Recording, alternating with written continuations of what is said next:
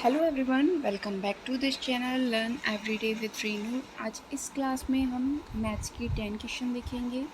जैसे कि आपको पता है, हमने सी टेट रिलेटेड CDP की 30 क्वेश्चंस प्रीवियस क्लास में किए थे। इस क्लास में हम मैथ्स की 10 क्वेश्चंस करेंगे और ये क्वेश्चंस ऐसे हैं जिन्हें आप इजीली अटैम्प्ट कर सकते हो आप अगर आपको बेसिक नॉलेज है मैथ्स की। ओके, इसके लिए आपको मैथ्स का मास्टर होने की ज़रूरत नहीं है कि आपको बहुत अच्छी मैथ्स आती हो। ठीक है, तो आज हम इस क्लास में मैथ्स के 10 क्वेश्चन देखेंगे। Let's get started. Question number 1, what is the result when 7 kg 7 gram is subtracted from 9 kg। अगर हम 9 किलो में से 7 kg 7 ग्राम को सब्सट्रैक्ट करें, माइनस करें, तो क्या रिजल्ट आएगा। फर्स्ट आपको बेसिकली पता होना चाहिए, सबको पता होता है कि 1 kg में 1000 ग्राम होते हैं। ठीक है, 1 kg इज इक्वल टू 1000 ग्राम। तो अब हमें करना क्या है, 9 किलो में से 7 किलो 7 ग्राम को घटाना है। तो हम लिख लेंगे। ठीक है, तो सबसे पहले हमें लिखना है 9 kg। यहाँ लिख लेते हैं हम 9 kg माइनस 7 किलो 7 ग्राम। ठीक है, आप 0 में से 7 नहीं जा सकता तो हम कैरी लेंगे। तो 10 में से 7 किया 3, कैरी लिया तो यहाँ पर हमारा 9 बचा है। 9 में से 0 किया 9, 9 में से 0 किया 9। अब कैरी दिया था यहाँ से तो 8 बचा है, 8 में से 7 किया 1। तो हमारा आंसर क्या है 1.993। वो हमारा क्वेश्चन नंबर ऑप्शन नंबर 4 में सही है। ठीक है, तो इसका हमारा जो आंसर है वो हमारा 4 सही है, 1.993 kg। ठीक है, बहुत सिंपल था। सेकेंड क्वेश्चन है हमारा। क्वेश्चन बाइलिंगुअल लैंग्वेज में होते हैं दोनों। ठीक है, in class third 150 children. Class third में 150 बच्चे हैं, उनसे उनके फेवरेट फ्रूट के बारे में पूछा गया।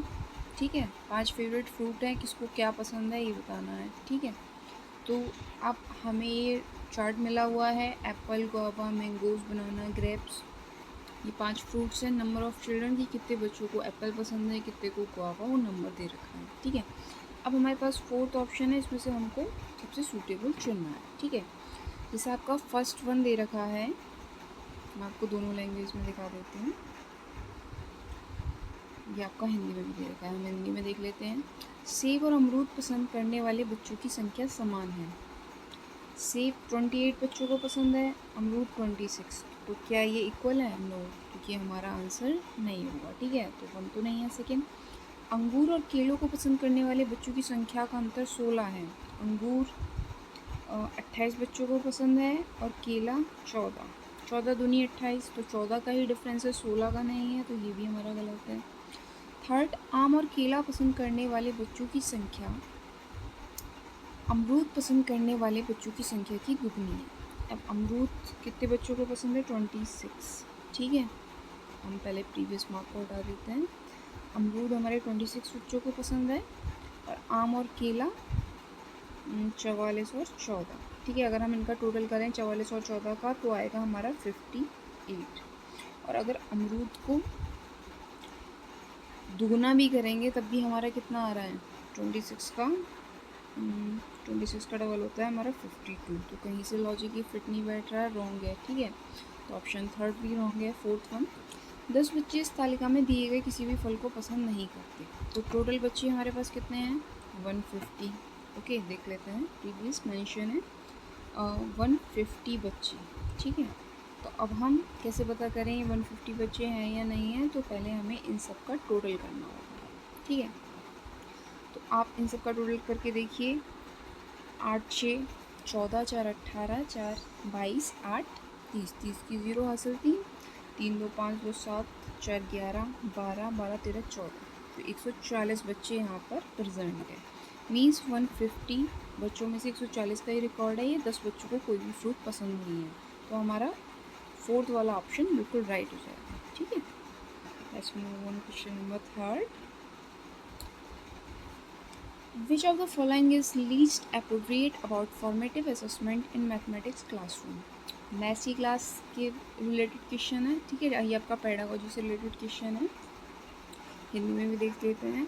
गणित की कक्षा में निम्नलिखित में से कौन सा रचनात्मक आकलन के बारे में सबसे कम उपयुक्त है? मतलब जो सबसे कम यूज़ में आता है या जिसकी हमें सबसे कम ज़रूरत है, वो वाला ऑप्शन हमें चूज़ करना है। ये विद्यार्थियों की भ्रांतियों की पहचान करने में सहायता करता है, मतलब बच्चों को क्या कन्फ्यूज़न है वो सब दिखता है, पता चलता है हमें।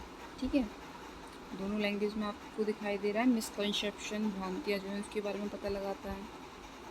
मैथ्स के बारे में हो रही है बात। ठीक है, second, it provides cumulative evaluation to rank children, बच्चों को रैंक देने के लिए। तो बच्चों को रैंक देने के लिए मतलब श्रेणीबद्ध करने के लिए कि कौन सा बच्चा कौन से नंबर पे आएगा, तो मैथ्स का इसका यूज़ सबसे लीस्ट होता है। ठीक है, तो यही आपका राइट आंसर है। फिर भी हम और भी ऑप्शन देख लेंगे। थर्ड वन है to check the progress of student, student की प्रोग्रेस चेक करने के लिए। तो हाँ, होता है।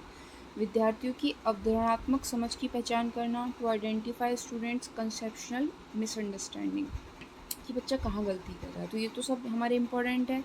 जो सबसे कम उपयुक्त है वो कौन सा है हमारा, रैंक, बच्चों को रैंक देना, इसके लिए मैथ्स का यूज़ करना। ठीक है, यूज़ तो होता है ये लेकिन लीस्ट अप्रोप्रिएट पूछा है, सबसे कम उपयुक्त। ठीक है, क्वेश्चन नंबर 34, एक पर्सन अपने खाते से 4560 रुपये, उसके अकाउंट के बारे में बात हो रही है, बैंक अकाउंट से 4560 रुपये विड्रीव करता है। ठीक है, निकालता है 4 तारीख को, और फिर 2567 रुपये, 2567 रुपीज़ 20 डेट को जमा करा देता है।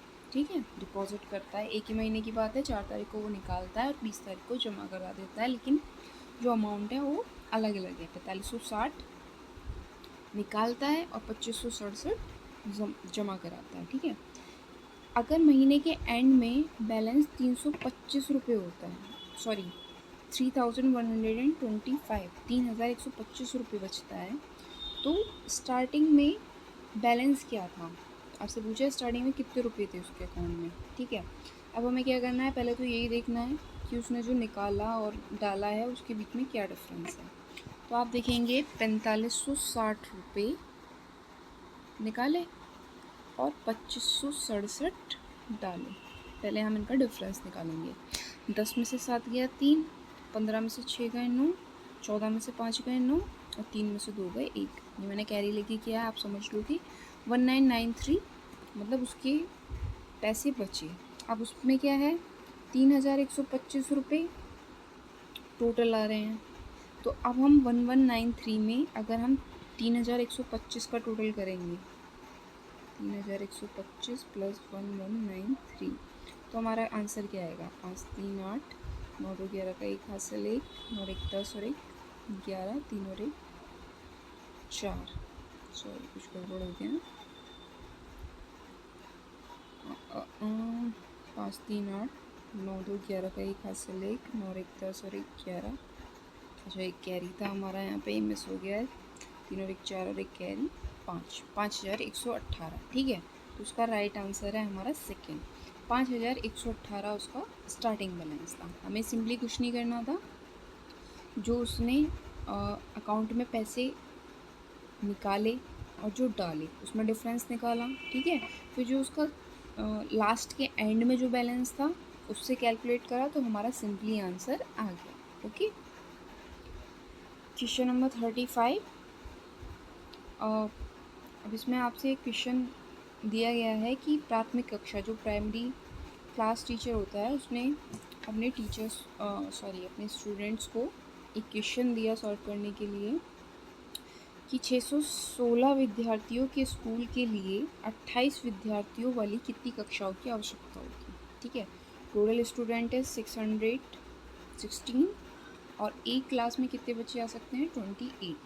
तो अब हम कितने क्लासरूम बनवाएं जिससे सारी क्लासें बराबर हो जाएं। ठीक है, तो एक बच्चे ने किस तरीके से सॉल्व करा है इसको, आपको सॉल्व नहीं करना, सॉल्व बच्चे ने कर रखा है, आपको सिर्फ ये बताना है कि उसने क्या यूज़ करा, उसका मेथड क्या है। ओके, तो उसने यूज़ कैसे सॉल्व कैसे करा है, एक कक्षा में 28 विद्यार्थी हैं, 10 में होंगे 280, फिर 10 में 280 हैं, और फिर अगर हम इसको डबल करें तो 560, मतलब और 560 में 56 को जोड़ें तो 616 हो रहे हैं हमारे, और 2 की वैल्यू क्या है, 56, 28 गुनी 56। ठीक है, तो 2 क्लासरूम में कितने स्टूडेंट आएंगे, 56। फिर उसने इन सब का प्लस कर लिया है, 10 + 10 2 इज इक्वल टू 22, जो सिंपली सही आंसर है। इसे हम ऐसे भी कर सकते थे, 28 से 616 को डिवाइड करते तो हमें रिजल्ट मिल जाता, लेकिन उस बच्चे ने इस तरीके से सॉल्व करा है, ठीक है। अब हमें बताना है उसने क्या करा है, ठीक है, कौन सा मेथड अपनाया है। 4 ऑप्शन है आपके पास। विद्यार्थी ने समस्या हल करने के लिए विभाजन के वितरण और साहचर्य दोनों नियमों का उपयोग किया है, गलत तरीका अपनाया है, योग पर विभाजन के सहचर्य नियम का उपयोग किया है, या योग पर विभाजन के वितरण नियम का उपयोग किया है, ठीक है। इसको हम इंग्लिश में भी देख सकते हैं। The student has used both the distributive and associative laws of division, incorrect algorithm और associate law of division across division addition, distributive law of division across addition. आपको बताना बच्चे ने किया क्या है। तो बच्चे ने गलत किया है तो है नहीं, क्योंकि हमें आंसर मिल गया है, ठीक है। तो सेकंड वाला तो हमारा है नहीं। अब उसने कौन सा तरीका अपनाया है, आप देखेंगे उसने डिस्ट्रीब्यूट किया है, मतलब सब चीज़ों का डिवीज़न किया है। सब चीज़ों को डिवाइड कर करके देखा है, क्लास में कितने हैं, 2 में कितने हैं, 10 में कितने हैं, 20 में कितने हैं, ठीक है।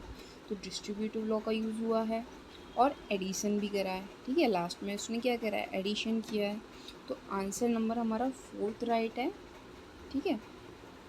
The student has use the distributive law of division across addition, ठीक है। विद्यार्थी ने समस्या हल करने के लिए योग पर विभाजन के वितरण नियम का उपयोग किया है, okay. Question number 36, a triangle having all sides of different length is called. एक त्रिभुज जिसकी सारी साइड्स, भुजा, जैसे हमने एक त्रिभुज बना लिया, इसकी सारी भुजा अलग अलग हैं, जैसे ये हमारा 5, ये 3, ये 4, तो इस ट्रायंगल को हम क्या कहेंगे, विषमबाहु, समकोण, समबाहु, समद्विबाहु। देखो समकोण कहते हैं राइट ट्रायंगल जिसमें एक एंगल 90 डिग्री का हो, ठीक है, जो हमारा इस शेप का होता है, ओके। तो ये है नहीं। एन आइसोसेलेस ट्रायंगल इज समद्विबाहु त्रिभुज जिसकी 2 भुजाएं समान हो, इसकी तो 3 और लगे हैं, तो ये भी नहीं है, ठीक है। एक समबाहु त्रिभुज जिसकी तीनों भुजाएं समान हो, तो फिर हमारा 4th क्या बचा, एक विषम। विषम का मतलब क्या होता है, जिसमें कुछ भी मैच ना करता, ओके। तो हमारा क्वेश्चन ऑप्शन 1 राइट हो जाएगा, एक विषम बाहु त्रिभुज, ओके। क्वेश्चन नंबर, हमारा question number 37, the sum of the prime number between 31 and 60 is. 31 से लेकर 60 तक की हमें अभाज्य संख्याओं का योग बताना है, ठीक है। तो फर्स्टली प्राइम नंबर कहते किसे हैं, ऐसे नंबर जो एक से और खुद से कटें, इसके अलावा किसी से ना कटें, ठीक है, किसी से डिवाइड ना हो। जैसे कि आप देख सकते हो एग्जाम्पल में 7 एक के अलावा किसी की टेबल में नहीं आएगा, एक की टेबल में आएगा या खुद की टेबल में आएगा, इसके अलावा 2, 3, 4, 5, 6 किसी की टेबल में नहीं आता, ठीक है। तो 7 हमारा प्राइम नंबर होता है, ठीक है। इसी तरीके से हमें 31 से लेकर 60 तक की सभी संख्या लिखनी है। वैसे 31 भी हमारा प्राइम नंबर है, लेकिन हमें 31 नहीं लेना है, 31 और 60 के बीच की संख्या लेनी है, ठीक है। तो सबसे पहले हम प्राइम नंबर लिख लेंगे, जैसे कि हमारा 37, 41, 43, 47 और 47 की बात है हमारा 53 एंड 59, ठीक है। तो ये 6 डिजिट हमारी 6 जो नंबर हैं ये हमारे प्राइम नंबर हैं 31 से 60 के बीच में। फिर इन सब का जब हम टोटल करेंगे तो अब आएगा हमारा 280, ठीक है। आप खुद इसको लिखिए, जब कैलकुलेट करेंगे, जैसे 53 और 59 लिखा है तो आपको इनको प्लस करना है, ठीक है। और जगह के हिसाब से यहाँ पे थोड़ी सी प्रॉब्लम हो रही थी, इसलिए मैंने आपको बता दी कैसे करना है, ठीक है। क्वेश्चन नंबर 38, 201 की पूर्ववर्ती और 4781 की परवर्ती का गुणनफल है। तो 201 का प्रेडिसेसर क्या होता है, एक नंबर को हमें माइनस करना है, मीन्स 200 से 1 माइनस करेंगे तो कितना होगा 200। और 4781 का सक्सेसर करना है, मीन्स 4782, इसमें हम 1 प्लस कर देंगे। अब इनका आंसर हमें लाना है, तो आप क्या करेंगे, 2 0 तो हमारी लास्ट में आई जाएगी, और फिर 2 से इनको मल्टीप्लाई करेंगे, 2 2 ज़ा 4, 2 8 ज़ा 16, 1 कैरी, 2 7 ज़ा 14 और 1 कैरी 15, फिर 2 4 ज़ा 8 और 1 कैरी हमारा 9, ठीक है। तो 956400 ये हमारा आंसर है। ओके, क्वेश्चन नंबर 39, सबसे उपयुक्त संज्ञानात्मक कौशल क्या है? एप्रोप्रिएट कॉग्निटिव स्किल बतानी है जिससे बच्चे रिकॉग्नाइज एंड ग्रुप शेप को अच्छे से पहचान सकें, मतलब उन्हें विशेषताओं और गुणों के अनुसार आकृतियों को पहचानने में मदद मिले। ठीक है। संरक्षण, अपघटन, वर्गीकरण, क्रमबद्धता, in English conservation, decomposition, classification and seriation. इसका जो राइट आंसर है वो है हमारा क्लासिफिकेशन, वर्गीकरण। क्यों? कि हम किसी भी शेप को या किसी क्वालिटीज़ को आइडेंटिफाई कब कर पाते हैं? जब हम उनको क्लासीफाई करते हैं, मतलब उन्हें अलग करते हैं। जैसे शेप का ही अगर हम एग्जांपल लें, सर्कल, ठीक है, सर्कल, ट्रायंगल, रेक्टेंगल, जब तक हम इन्हें अलग अलग करके नहीं देखेंगे, ठीक है, तब तक हमें इनका डिफरेंस नहीं समझ में आएगा, इनके बारे में हम अच्छे से नहीं जान पाएंगे। तो जो क्लासिफिकेशन मेथड होता है वही हमारा सबसे अप्रोप्रिएट मेथड है। क्वेश्चन नंबर 40, ये हमारा आज का लास्ट क्वेश्चन है इस क्लास का। अब इसमें क्या है, student feel difficulty in solving division problem because, जो स्टूडेंट्स होते हैं वो डिवीज़न के क्वेश्चन को नहीं सॉल्व कर पाते, उसका रीज़न क्या है? ठीक है। फर्स्ट वन, भाग की समस्याओं की दैनिक जीवन में कोई उपयोगिता नहीं है, यूटिलिटी नहीं है, तो ये रॉन्ग है, बहुत है। सेकेंड वन, भाग की समस्याओं को हल करने के लिए कोई अनौपचारिक कलन विधियाँ नहीं होती, इनफॉर्मल वे नहीं होते, तो ये भी रॉन्ग है। थर्ड वन, डिवीज़न को सॉल्व करने से पहले हमें एडिशन, सब्सट्रैक्शन एंड मल्टीप्लिकेशन, जमा, घटा और गुणा, ये सब अच्छे से आना चाहिए। बिल्कुल, जब तक ये नहीं आएगा तब तक हम डिवीज़न पर पहुंच ही नहीं सकते। फोर्थ, विद्यार्थी भाग का चिन्ह पसंद नहीं करते, उन्हें डिवीज़न साइन पसंद नहीं है, तो ये कोई नहीं होता। ठीक है। तो जो इसका हमारा राइट आंसर है वो थर्ड है, क्योंकि जैसे आप देखोगे बच्चों के मैथ्स की बुक में सबसे पहले हम क्या सिखाते हैं? सबसे पहले उन्हें एडिशन सिखाते हैं, प्लस करना, फिर सब्सट्रैक्शन, माइनस करना, फिर मल्टीप्लिकेशन, गुणा करना। जब वो इन तीनों में मास्टर हो जाते हैं, उन्हें आ जाता है अच्छे से, तभी हम डिवीज़न की तरफ बढ़ते हैं। ये नहीं है सबसे पहले हमने डिवीज़न सिखा दिया, फिर हम मल्टीप्लाई सिखा रहे हैं, फिर माइनस, फिर एडिशन, तो ऐसा तो बच्चे को कभी आएगा ही नहीं। ठीक है। तो जिसका जो सबसे राइट आंसर है वो है हमारा थर्ड। तो देखा आपने कितनी आसानी से हम इन क्वेश्चंस को सॉल्व कर सकते हैं। आगे की क्वेश्चन हम नेक्स्ट क्लास में करेंगे। ठीक है। आज के लिए इतना ही। अगर आपको वीडियो अच्छी लगी तो चैनल को लाइक, सब्सक्राइब करें। Okay, thank you for watching this class.